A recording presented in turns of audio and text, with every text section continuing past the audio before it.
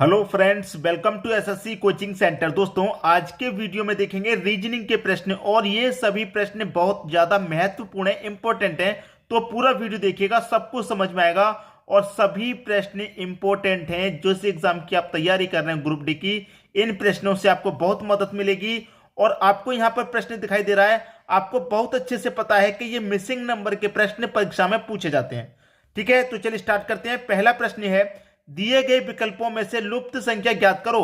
आपको यहां प्रश्न दिया गया है, 3 इंटू 3 का सिमेट्री दिया गया है और यहां पर दे रखा है एक्स। एक्स का मान आपको बताना है। प्रश्न में आकृति में क्वेश्चन मार्क का साइन दिया जाएगा। मैंने यहां पर क्वेश्चन मार्क की जगह पे एक्स दे दिया। क्यों दे दिया एक्स? क्योंकि कुछ बच्चों को प्रॉब्लम है, क्योंकि मैं जो है इस तरीके से बनाता हूं क्वेश्चन मार्क का साइन।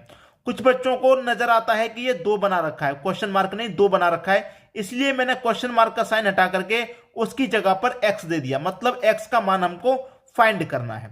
ठीक है, यह बात आप बहुत अच्छे से जानते हैं इस तरीके के प्रश्न में कि जिस तरफ बड़ी संख्या होती है सबसे पहले हम उस तरफ प्रश्न को सॉल्व करते हैं। तो मैं ऐसे चलूंगा 21, ऐसे चलूंगा 25, इसका मतलब ऐसे मुझे बड़ी संख्या दे रखी है, इस तरीके से भी बड़ी संख्या, तो यहां पर इस तरीके से मुझे प्रश्न सॉल्व करना है। तो 8 और 3 से मुझे 21 बनाना है। कैसे बनेगा? 8 का और 3 का मैं ऐसा क्या करूं कि 21 बन जाए। अगर मैं दोनों का गुना करूंगा तो 21 नहीं बनेगा, दोनों को जोड़ूंगा तब भी नहीं बनेगा। लेकिन फिर भी कोई ना कोई तरीका ऐसा होगा जिससे कि आपका 21 बनेगा। देखिए, मैं क्या करूं, दोनों का अगर मैं मल्टीप्लाई कर दूं तो 8 त्रिक होता है 24। ठीक है, 8 का गुना मैंने 3 से किया, 24 हो गया। और 3 को ही मैं इसमें से अगर घटा दूंगा तो 24 में से 3 घटा दूंगा, 21 हो जाएगा। 8 का 3 से गुना कर दिया और 3 को ही घटा दिया। उसी तरीके से मैं क्या करूं, 6 का 5 से गुना कर दूं, 6 5 30 हो जाएगा। भैया यहां पर 3 से गुना किया तो 3 को ही घटा दिया, यहां 5 से गुना किया 5 को ही घटा दूं, तो 30 में से अगर मैं 5 घटा दूंगा तो कितना हो जाएगा, 25 हो जाएगा। और यहां पर 25 दिया गया है, मतलब कंडीशन सेटिस्फाई होगी। जो लॉजिक फर्स्ट में लगा वही सेकंड में लग गया और वही थर्ड में लगेगा। तो यहां पर भी क्या करूंगा, मैं 12 का गुना 2 से कर दूंगा, 12 का गुना 2 से कर दूंगा 24। और यहां 3 से गुना किया, 3 को घटाया, 5 से गुना किया, 5 को घटाया, 2 से गुना कर रहा हूं तो 2 को ही घटा दूंगा। तो 24 में से 2 घट जाएगा, आपका आंसर कितना आ जाएगा, 22 आ जाएगा।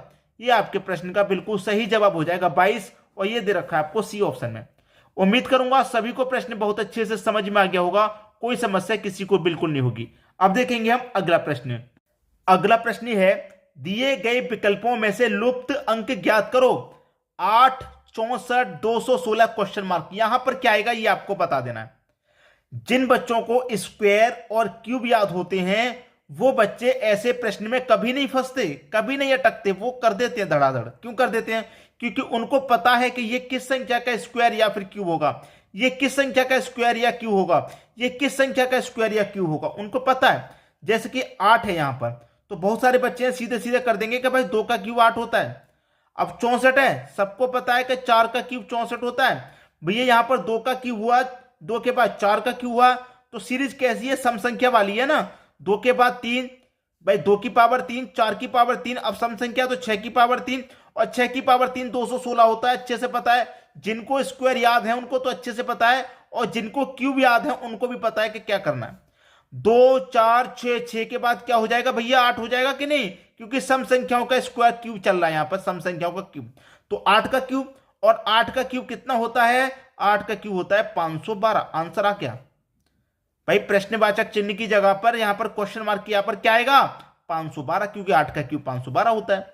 512 कहां पर है भाई, 512 है बी ऑप्शन में। ये आपके प्रश्न का बिल्कुल सही जवाब है। क्लियर होगी बात? अब देखेंगे अगला प्रश्न। अगला प्रश्न है, लुप्त संख्या ज्ञात कीजिए। एक ट्राइंगल, 2 ट्राइंगल, 3 ट्राइंगल, और तीसरे ट्राइंगल में आपको दिया गया है एक्स, मतलब एक्स का मान आपको पता करना है क्या आएगा। जो लॉजिक फर्स्ट ट्राइंगल में लगेगा वही सेकंड में लगेगा, वही थर्ड में लगेगा। मैंने अभी अभी आपसे एक बात कही कि जिन बच्चों को स्क्वायर और क्यूब याद होते हैं वो बच्चे ऐसे प्रश्नों में कभी नहीं अटकते, कभी नहीं अटकते। जैसे कि 27, सभी को पता है अधिकतर 27 क्या होता है भाई, 3 का क्यूब 27 होता है, सबको मालूम है। 3 का क्यूब 27। 64, 4 का क्यूब 64 होता है। ठीक है, 216 है, अभी अभी बताया 216 कितने का क्यूब होता है भाई, 6 का क्यूब 216। मतलब संख्याएं क्यूब में दे रखी हैं। यहां पर क्या है, 8, भाई 2 का क्यूब होता है 8। ठीक है, सभी को पता है। 1 है तो 1 का क्यूब 1 होगा, 1 का क्यूब 1, 2 का क्यूब 8 और 3 का क्यूब 27। कुछ समझ में आया? यहां पर 125 है, ये क्या होता है भाई 5 का क्यूब होता है। ठीक है, अब कुछ लॉजिक है जो समझ में आया। 1 का क्यूब, 2 का क्यूब, 3 का क्यूब, 4 का क्यूब, 5 का क्यूब, 6 का क्यूब। यहां पर क्या भाई 343, 343 क्या होता है 7 का क्यूब होता है। 729 से 729 9 का क्यूब होता है। भाई 1 2 3 4 5 6 7 8 9, 9 का दे रखा है, बचा किसका 8 का ही तो बचा, तो 8 का क्यूब कर दो भाई। और 8 का क्यूब अभी अभी मैंने बताया क्या होता है, 8 का क्यूब होता है आपका 512। किस ऑप्शन में है भाई 512? सी ऑप्शन में। यह आपके प्रश्न का बिल्कुल सही जवाब हो जाएगा। क्लियर होगी बात? अब देखेंगे अगला प्रश्न। अगला प्रश्न है 5 है, 126 है, 6 है क्वेश्चन मार्क। भाई 5 का रिलेशन 126 से कैसे है? 5 का रिलेशन 126 से आप सभी जानते हैं किस तरीके से बनेगा। क्या 5 का रिलेशन 126 से है तो आप 5 का क्यूब करेंगे, और आपको मालूम है 5 का क्यूब तो 125 होता है। तो 5 का क्यूब करने से क्या हो गया कि आप 126 के पास पहुंच गए। अब 125 126 से कितना कम है? 1 कम है, तो 1 जोड़ दो। ठीक है, 125 में 1 जोड़ देंगे 126 बन जाएगा। अब यहां पर क्या किया था 5 का क्यूब, यहां 6 है तो कर दो भैया 6 का क्यूब। ठीक है, कर दो 6 का क्यूब। 6 का क्यूब कितना होता है? 6 का क्यूब होता है 216। अब देखिए यहां पर क्यूब करने के बाद 1 जोड़ा था, तो यहां पर भी क्यूब करने के बाद 1 जोड़ देंगे, 216 में 1 जोड़ देंगे, ये हो जाएगा 217। ये आपका आंसर हो जाएगा। बी ऑप्शन में दे रखा है आपका सही जवाब। उम्मीद करूंगा सभी को समझ में अच्छे से आ गया होगा, किसी को कोई समस्या बिल्कुल नहीं होगी। अब देखेंगे दोस्तों अगला प्रश्न। अगला प्रश्न है, यहां पर देखिए मिसिंग नंबर का बहुत ही लाजवाब प्रश्न दिया गया है, और यहां पर x दिया गया है। यहां पर कौन सी संख्या आएगी ये आपको बताना है। मैंने आपको बहुत अच्छे से बताया कि जिस तरफ हमारी बड़ी संख्या होती है हम सबसे पहले प्रश्न को उधर सॉल्व करते हैं। बड़ी संख्या मेरी नीचे की तरफ है, मतलब इसका मतलब मैं प्रश्न को नीचे की तरफ सॉल्व करूंगा ऐसे। ठीक है, ऐसे सॉल्व करूंगा। तो ये 18, 27 और 96 का रिलेशन। ठीक है, तो मैं 5 का 4 का 2 का क्या करूं कि मेरा 18 बन जाए, ऐसा मैं क्या करूं। ठीक है दोस्तों, देखिए सबसे पहली बात ये कि मेरा x कहां पर है, यहां पर है, यहां पर इस वाली रो में।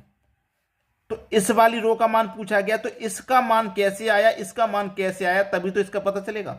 जब मेरा क्वेश्चन मार्क यहां होता है तो इसका कैसे आया, इसका कैसे आया, या फिर प्रश्न को मैं ऐसे सॉल्व करता हूं तो यहां पर मान कैसे आया, यहां पर कैसे आया, तभी तो इस कॉर्नर का पता लगाते हैं हम।